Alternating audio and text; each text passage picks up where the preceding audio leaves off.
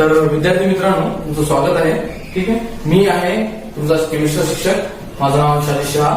ठीक आहे, आज आपण पाहणार आहोत 11वीचा chapter number 7 modern periodic table. ठीक आहे, मॉडर्न पिरियोडिक टेबल हा एक चॅप्टर आहे तुम्हाला, चॅप्टर नंबर 7. ठीक आहे, आता तुम्ही म्हणसाल की सरांनी हा चॅप्टर का सुरू केला, तर हा चॅप्टर म्हणजे तुमचं बेसिक आहे. ठीक आहे, तुम्ही जर का हे समजून घ्याल पिरियोडिक टेबल काय असतं, ठीक आहे, तर तुम्हाला सगळं सोपं होऊन जाईल केमिस्ट्री. ठीक आहे, केमिस्ट्री म्हणजे त्याचा जो बेस असतो ना, तो पिरियोडिक टेबल असतो. ठीक आहे, आता या पिरियोडिक टेबल बद्दल आपण सगळी माहिती घेऊ. काय, हा एकदम सोपा, सरळ एकदम आणि इझिली समजून जाईल तुम्हाला.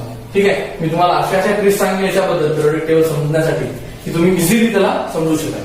ठीक आहे, फक्त लक्ष देऊन ऐका.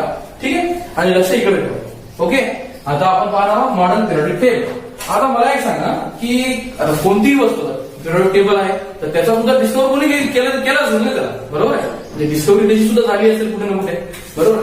तर मॉडर्न पिरियोडिक टेबल जो आहे, जो आज आपण पाहतो, बरोबर आहे. जनरली तुम्ही कुठेही कोणाकडे पिरियोडिक टेबल पाहत असाल, तुम्हाला पाहिले असाल तुम्ही, बरोबर आहे. कॉलेजमध्ये असतात, तुमच्या केमिस्ट्री लॅबमध्ये असेल, शाळेमध्ये असेल, बरोबर आहे. तर जे तुम्ही आता सध्याचा जो पिरियोडिक टेबल पाहता, तो कोणी डिस्कवर केला आहे? हेनरी मोझली म्हणून. काय सायंटिस्टचं नाव आहे? हेनरी मोझली.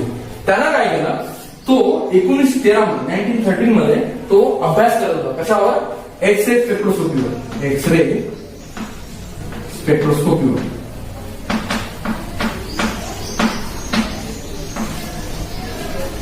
तो कोण? हेनरी मोझली 1930 मध्ये एक्स-रे स्पेक्ट्रोस्कोपीवर अभ्यास करत होता. ही एक टेक्निक आहे बघा, तो त्याचं काम करत होता, एक्स-रे टेक्निशियन स्पेक्ट्रोस्कोपीवर.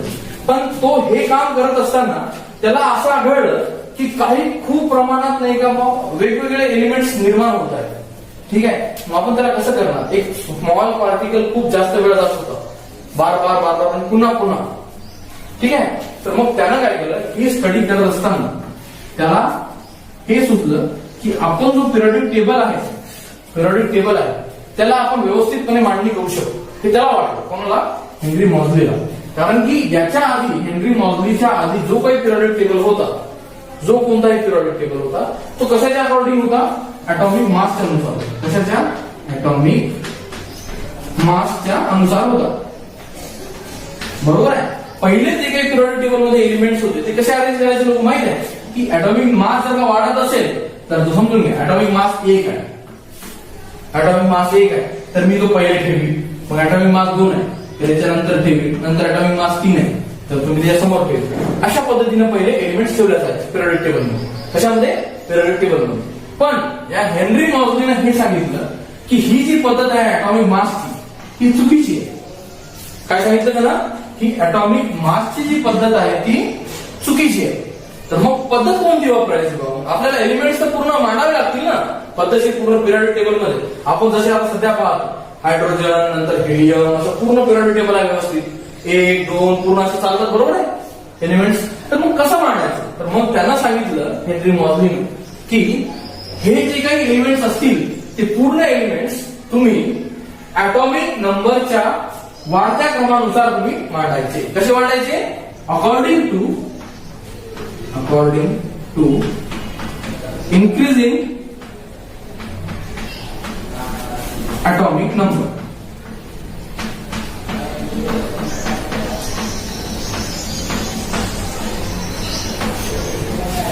हेनरी मॉझलीने काय सांगितलं की तुम्ही जे काही एलिमेंट्स पिरियोडिक टेबल मध्ये ठेवसाल ते कसे असले पाहिजे? त्यांच्या according to increasing atomic number. त्यांचे ऍटॉमिक नंबर जसे वाढत जातील, काय? ऍटॉमिक नंबर वाढत जातील. ऍटॉमिक मास पाहिजे का आपल्याला? नाही. आता याच्यामध्ये काय फरक आहे ते आपण नंतर पाहू. मला सांगतो व्यवस्थित की ऍटॉमिक नंबर काय असतं आणि ऍटॉमिक मास काय असतं. ठीक आहे, हा. तर आपण कशानुसार ठेवतो आता सध्या? Increasing atomic number. आता तुम्हाला माहित असेल सध्या आपण सगळ्यात पहिले जो एलिमेंट असतो आपल्या पिरियोडिक टेबल मध्ये तो कोणता आहे? हायड्रोजन आहे, बरोबर आहे. सगळ्यांनाच माहित आहे हायड्रोजन हा पिरियोडिक टेबल मधला सगळ्यात पहिला एलिमेंट. याचा ऍटॉमिक नंबर किती आहे बाळा? 1, बरोबर. हा पहिलाच आहे, आपण सगळ्यात पहिले ठेवला. नंतर कोणता आहे? हेलियम. याचा ऍटॉमिक नंबर किती आहे हेलियमचा? नंतर लिथियम. म्हणजे खूप सारे एलिमेंट, जवळपास 118 एलिमेंट्स आहेत. किती आहेत? जवळपास 118 एलिमेंट्स आहेत. तर तुम्हाला एवढं कळालं की मोझलीनं 1913 मध्ये एक्स-रे स्पेक्ट्रोस्कोपीवर तो अभ्यास करत होता. तेव्हा त्याला असं कळालं की जे पिरियोडिक एलिमेंट्स आहेत त्यांना आपण एखाद्या वेगळ्या पद्धतीनं मांडणी करायला पाहिजे, बरोबर आहे. आणि त्यानं ती मांडणी कशाच्यानुसार केली, इन्क्रीजिंग ऍटॉमिक नंबरच्या नुसार त्यांनी त्याची मांडणी केली. आणि तोच सध्याचा जो पिरियडिक टेबल आहे जो आपण आता पाहतो तोच आहे, जो कशाच्या अकॉर्डिंग आहे, इन्क्रीजिंग ऍटॉमिक नंबरच्या अकॉर्डिंग. बरोबर आहे, एवढं कळालं सगळ्यांना. आता बघा, तुम्ही आता जो पिरियडिक टेबल पाहत असाल त्या पिरियडिक टेबल मध्ये, आता आपण पिरियडिक टेबल मध्येच पाहू, त्या पिरियडिक टेबल मध्ये असे काही तुम्हाला रो दिसत असतील, आडवे रो दिसत असतील, बरोबर आहे. त्या आडव्या रोलाच आपण काय म्हणतो, पिरियड्स म्हणतो. त्याला काय म्हणतो आपण, पिरियड्स म्हणतो.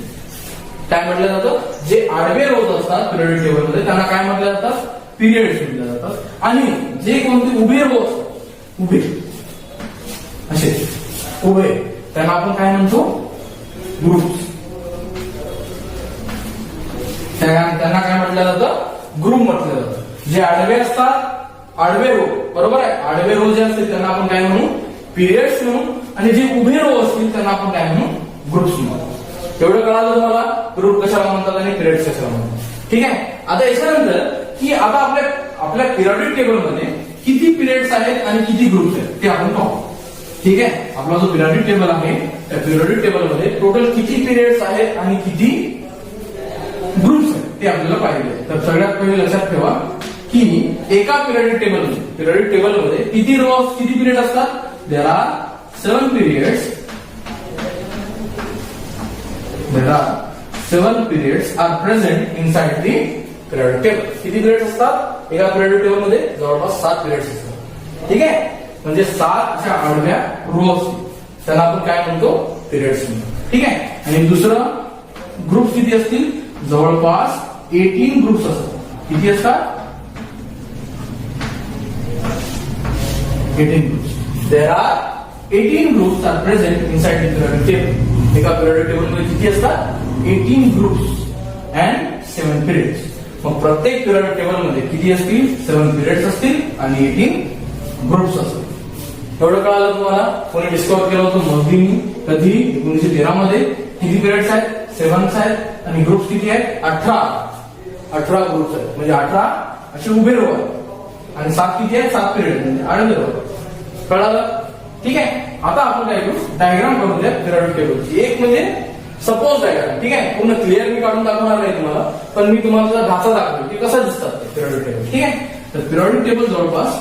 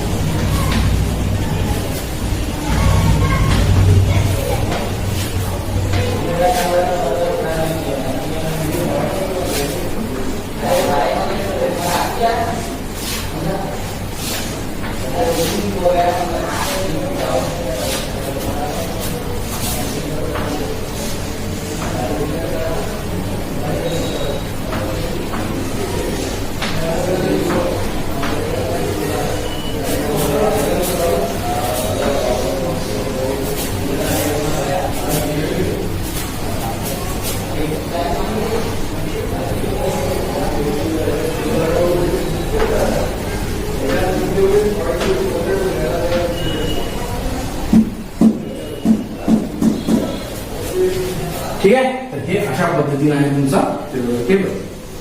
असं असतो पिरियडिक टेबल. ठीक आहे. हा मला periodic table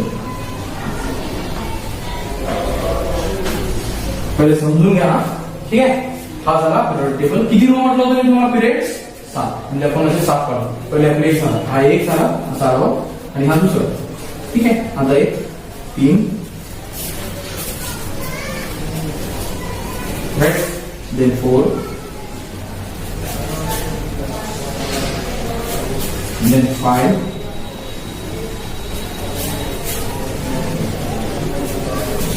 then 6,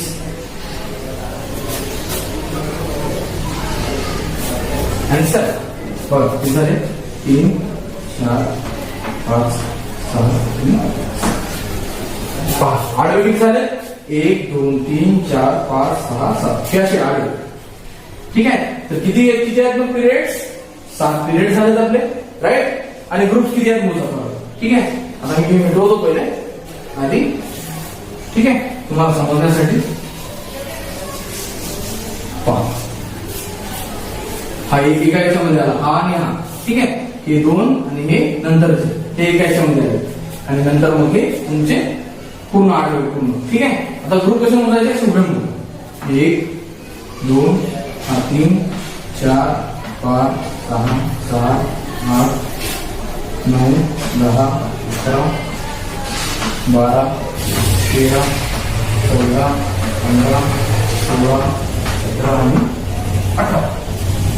Right? So there are 18 groups are present inside the periodic table, while 7 periods are present inside the periodic table. किती आहेत? 18 ग्रुप्स आहेत, तर तसे किती आहेत? 7 पिरियड्स आहेत. ठीक आहे. तर हे झालं तुमचं पिरियोडिक टेबल. तर पिरियोडिक टेबल जवळपास असा असतो आणि याच्या खाली 2 अशा लेयर्स असतात. दोन पिरियड्स राहतात याच्या खाली आणि या 2 पिरियड्स मध्ये जवळपास 14 एलिमेंट्स राहतात. किती राहतात? 14 एलिमेंट्स राहतात. 1 2 3 4 5 6 7 8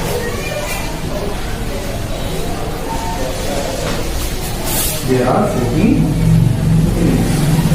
पहा. ठीक आहे. दोन पिरियड आहेत खाली. किती पिरियड्स आहेत? 2. 1 आणि 2. आणि ग्रुप किती आहेत? आपण मोजा. 1 2 3 4 5 6 7 8 9 10 11 12 13 14. राईट. 14 ग्रुप झाले तुमच्या इकडे आणि 7 पिरियड्स. पण यांना आपण या पिरियोडिक टेबल मध्ये मोजत नाही. ठीक आहे. एवढं लक्षात घ्या. यांना आपण या पिरियोडिक टेबल मध्ये मोजत नाही. ठीक आहे.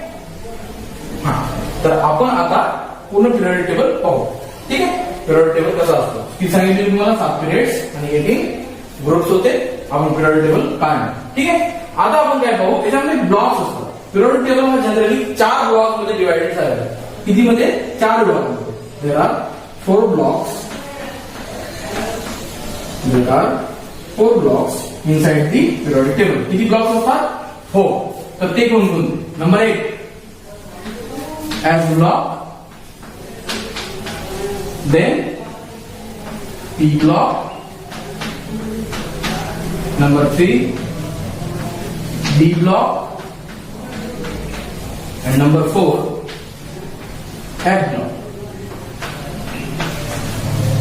ठीक आहे. ते जेव्हा तुम्ही नावं लिहाल ना, त्या ब्लॉकचे नावं जेव्हा लिहायचे असतात तेव्हा हे जी लेटर आहे एस किंवा पी डी आणि एफ हे सगळे स्मॉल काढायचे. ठीक आहे. कॅपिटल नाही काढायचं. ठीक आहे. हा डी ब्लॉक तुम्ही लिहितात असा डी ब्लॉक लिहायचा, कधी असा डी ब्लॉक नाही लिहायचा. ठीक आहे. हे चुकीचं आहे. राईट. डी ब्लॉक हा असाच लिहायचा. त्याचं कारण मी तुम्हाला समोर सांगतो. ठीक आहे. हा, तर हे लिहिताना कधीही स्मॉल लेटर मध्ये लिहायला पाहिजे. तर मग पिरियोडिक टेबल किती ब्लॉक मध्ये डिवाइड झालेला आहे? 4. एस पी डी आणि एफ. आता आपण पाहू याच्यामध्ये एस कुठे असतो, पी कुठे असतो, डी कुठे असतो आणि एफ कुठे असतो. ठीक आहे. चला आता पहा. आपण पाहू आता कोणत्यानुसार? ग्रुपच्या आणि पिरियडच्या नुसार पाहू. ठीक आहे. मी काय बोलत आहे त्याकडे लक्ष द्या. ठीक आहे. ग्रुप नंबर 1 and 2 हा ग्रुप 1 पहिला आणि 2 हे हा पूर्ण आणि हा पूर्ण.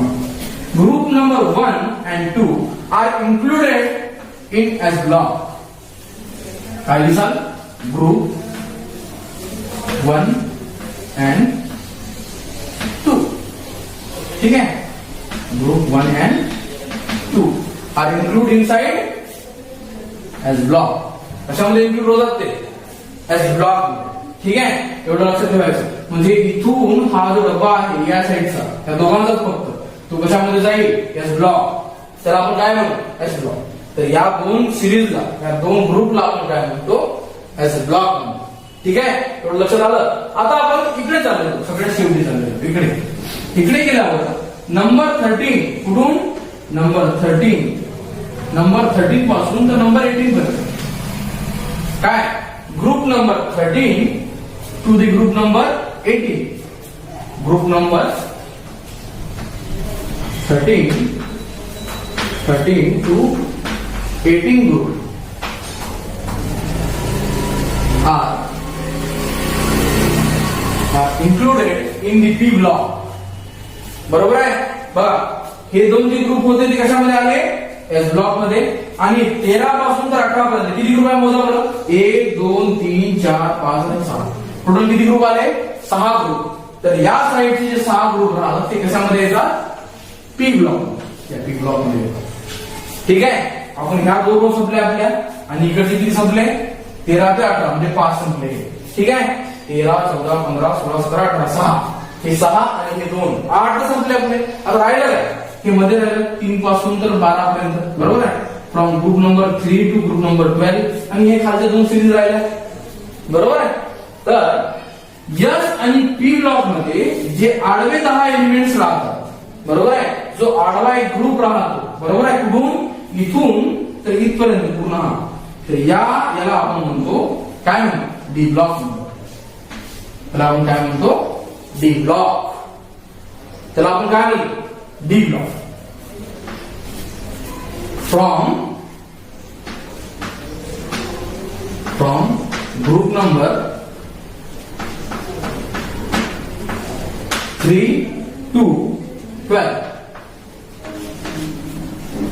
डी ब्लॉक कोणता आहे, from group number 3 to 12 are included inside D block. D block कशाला म्हणतो आपण, ग्रुप नंबर 13 पासून तर 12 पर्यंत.